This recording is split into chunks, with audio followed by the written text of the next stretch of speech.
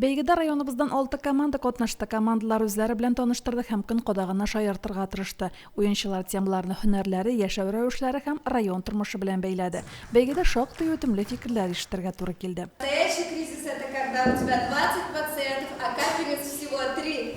Погнали! 3 дня, значит, мы учились играть в КВН, мы рассказали от нас лекции полезные, научили ребят писать шутки, как вести себя на сцене, актерскому мастерству. Во второй день мы с ними писали шутки, а сегодня уже у нас отчетное выступление. Ребята все очень крутые, все заряженные на КВН, у всех получилось выступить на уровне, даже те, кто выступают первый раз, показали превосходные выступления.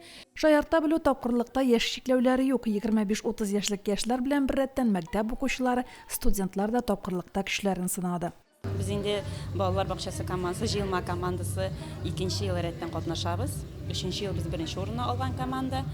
Безнең инде шаярулар, үзебез балалар бакчасында эшләштен, балалар турында, мәгариф турында тиз генә әзерләндек.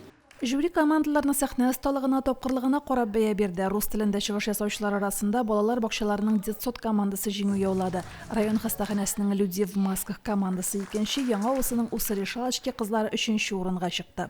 Наша команда называется «Усы-решалочки». У нас даже есть на лице усы, потому что мы из Новых Усов, деревня Новые Усы. Мы никогда не выступали на КВН. Это для нас было впервые. Было очень весело, интересно подготавливаться. Мы учили слова, подбирали музыку, вставляли свои реплики какие-то там, составляли миниатюры. Татар телендә чыгыш ясаучылар арасында 1нче урынны яшьләр белән эшләү һәм спорт бүлегенең Яббаров оныклары командасы алды. Политехник техникумның Иванай бурчаклары командасы 2нче урынга лаек булды. Район мәдәният бүлегенең иҗат шоукымы гран-прига лаек булды. Biz endi 2-3 günlab әзерләнәбез. Кичәгенә әзерләнеп бүгенгә чыгу түгел. Безгә бер ярдәм итмәде. Без үзебез инде культура хезмәткәрләре барыбыр да инде юмор ягыннан да, һәр яклап та үзебезнең талант бар.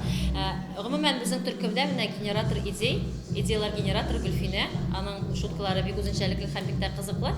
Бергәләшеп кызлар белән бергәләшеп әзерләндек. Детсот һәм иҗат шоукымы командаларының тапкыр мәзәкләре иң яхшы шаярту буларак билгеләп үтелде. Иҗат шоукымы командасыннан Гөлфинә Шайгарданова, детсоттан Айгөл Юнысова, Яббаров оныкларыннан Инсаф Фәрхетдинов һәм Марат Исламов иң яхшы актер исемен алдылар. Римма Авзалова, Динар Нуруддинов, Мөслим телевидениесе.